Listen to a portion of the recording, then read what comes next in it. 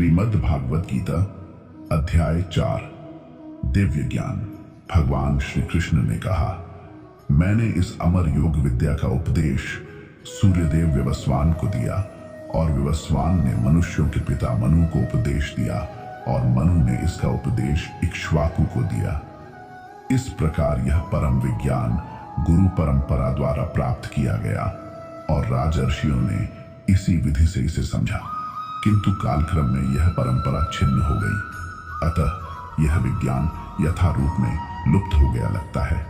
आज मेरे द्वारा वही यह प्राचीन योग यानी परमेश्वर के साथ अपने संबंध का विज्ञान तुमसे कहा जा रहा है, क्योंकि तुम मेरे भक्त तथा मित्र हो, अतः तुम इस विज्ञान के दिव्य रहस्य को समझ सकते हो। अर्जुन ने कहा, सूर्यदेव विवस्वान आपसे पहले हो चुके ज्येष्ठ हैं, तो फिर मैं कैसे समझें कि प्रारंभ में भी आपने उन्हें इस विद्या का उपदेश दिया था।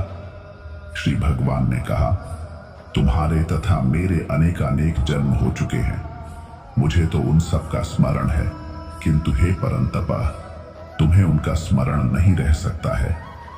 यद्यपि मैं अजन्मा तथा अविनाशी हूं और यद्यपि मैं समस्त जीवों का स्वामी हूं, तो भी प्रत्येक युग में मैं अपने आदि दिव्य रूप में प्रकट होता हूं। हे भरतवंशी, जब भी और जहां भी धर्म का पतन होता है और अधर्म की प्रधानता होने लगती है, तब तब मैं अवतार लेता हूं।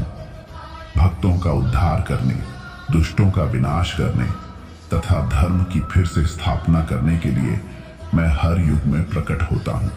हे अर्जुन, जो मेरे आविर्भाव तथा कर्मों की दिव्य प्रकृति को जानता है, वह इस शरीर को छोड़ने पर इस भौतिक संसार में पुनः जन्म नहीं लेता, अपितु मेरे सनातन धाम को प्राप्त होता है।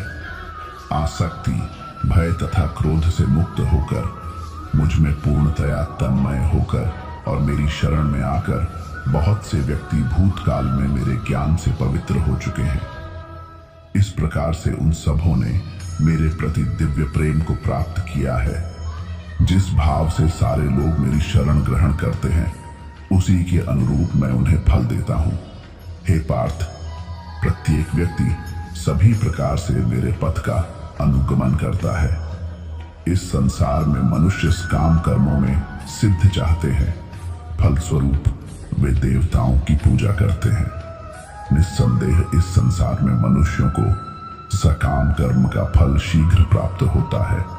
प्रकृति के तीनों गुणों और उनसे संबद्ध कर्म के अनुसार मेरे द्वारा मानव समाज के 4 विभाग रचे गाए गए।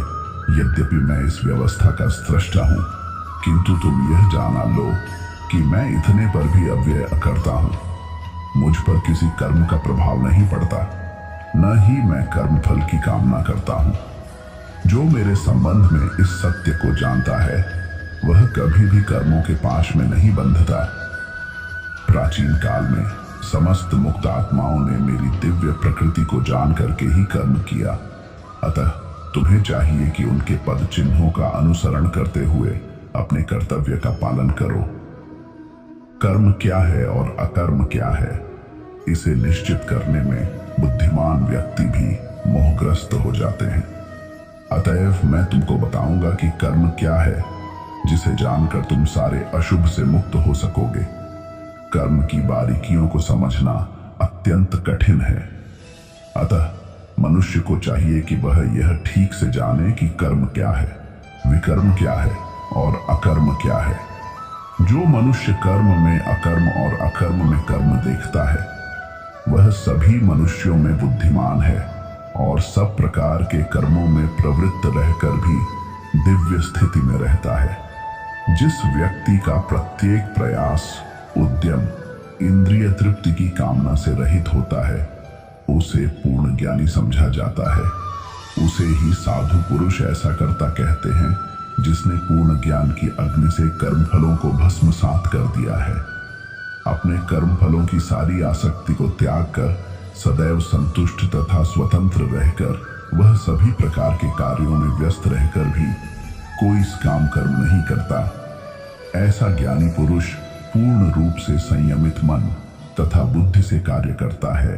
अपनी संपत्ति के सारे स्वामित्व को त्याग देता है और केवल शरीर निर्वाह के लिए कर्म करता है। इस तरह कार्य करता हुआ वह पाप जो स्वतः होने वाले लाभ से संतुष्ट रहता है, जो द्वंद्व से मुक्त है और ईर्ष्या नहीं करता, जो सफलता तथा असफलता दोनों में स्थिर रहता है, वह कर्म करता हुआ भी कभी बंधता नहीं। जो पुरुष प्रकृति के गुणों के प्रति अनासक्त है और जो दिव्य ज्ञान में पूर्णतया स्थित है, उसके सारे कर्म ब्रह्म में लीन हो जाते हैं।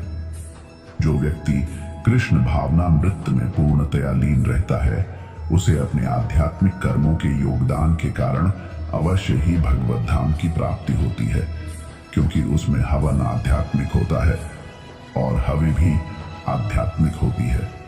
कुछ योगी विभिन्न प्रकार के यज्ञों द्वारा देवताओं की भली भांति पूजा करते हैं और कुछ परब्रह्म रूपी अग्नि में आहुति डालते हैं।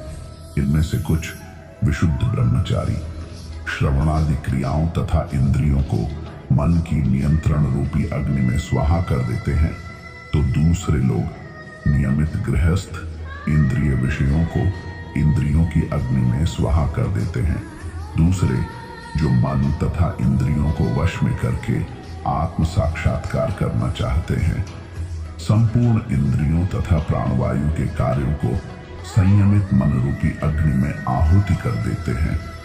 कठोर व्रत अंगीकार करके कुछ लोग अपनी संपत्ति का त्याग करके, कुछ कठिन तपस्या द्वारा, कुछ अष्टांग योग पद्धति के अभ्यास द्वारा अथवा दिव्य ज्ञान में उन्नति करने के लिए वेदों के अध्ययन द्वारा प्रबुद्ध बनते हैं। अन्य लोग भी हैं जो समाधि में रहने के लिए श्वास को रोके रहते हैं। प्राणायाम, वे अपान में प्राण को और प्राण में अपान को रोकने का अभ्यास करते हैं और अंत में प्राणपान को रोककर समाधि में रहते हैं। अन्य योगी कम भोजन करके प्राण की प्राण में ही आहुति देते हैं। ये सभी यज्ञ करने वाले यज्ञों का अर्थ जानने के कारण पाप कर्मों से मुक्त हो जाते हैं और यज्ञों के फल रूपी अमृत को छककर परम दिव्य आकाश की ओर बढ़ते जाते हैं।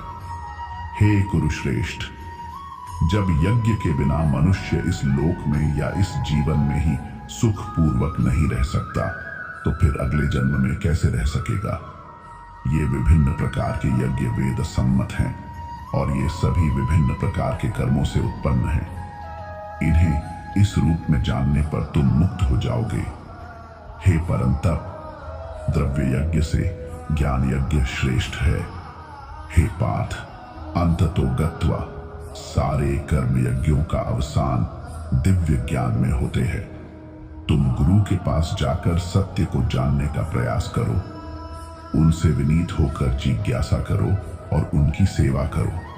स्वरूप सिद्ध व्यक्ति तुम्हें ज्ञान प्रदान कर सकते हैं, क्योंकि उन्होंने सत्य का दर्शन किया है।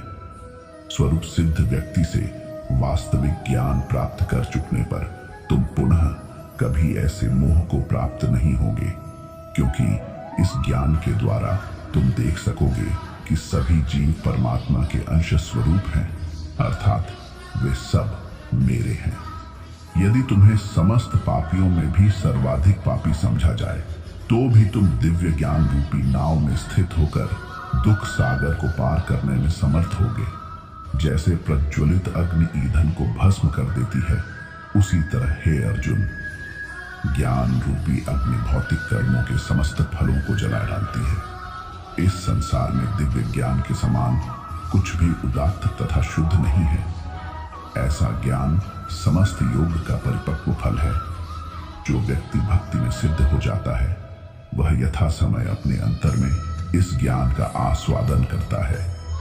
जो श्रद्धालु दिव्य ज्ञान में समर्पित है और जिसने इंद्रियों को वश में कर लिया है, वह इस ज्ञान को प्राप्त करने का अधिकारी है और इसे प्राप्त करते ही वह तुरंत आध्यात्मिक शांति को प्राप्त होता है।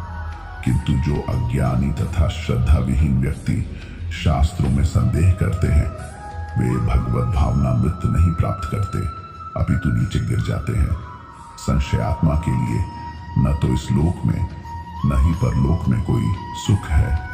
जो व्यक्ति अपने कर्म फलों का परित्याग करते हुए भक्ति करता है और जिसके संशय दिव्य ज्ञान द्वारा विनष्ट हो चुके होते हैं, वही वास्तव में आत्मपरायण है। हे धनंजय, वह कर्मों के बंधन से नहीं बंधता। अतएव तुम्हारे हृदय में अज्ञान के कारण जो संशय उठे हैं, उन्हें ज्ञान रूपी शस्त्र से काट डालो। हे भारत, तुम योग से समन्वित होकर खड़े हो और युद्ध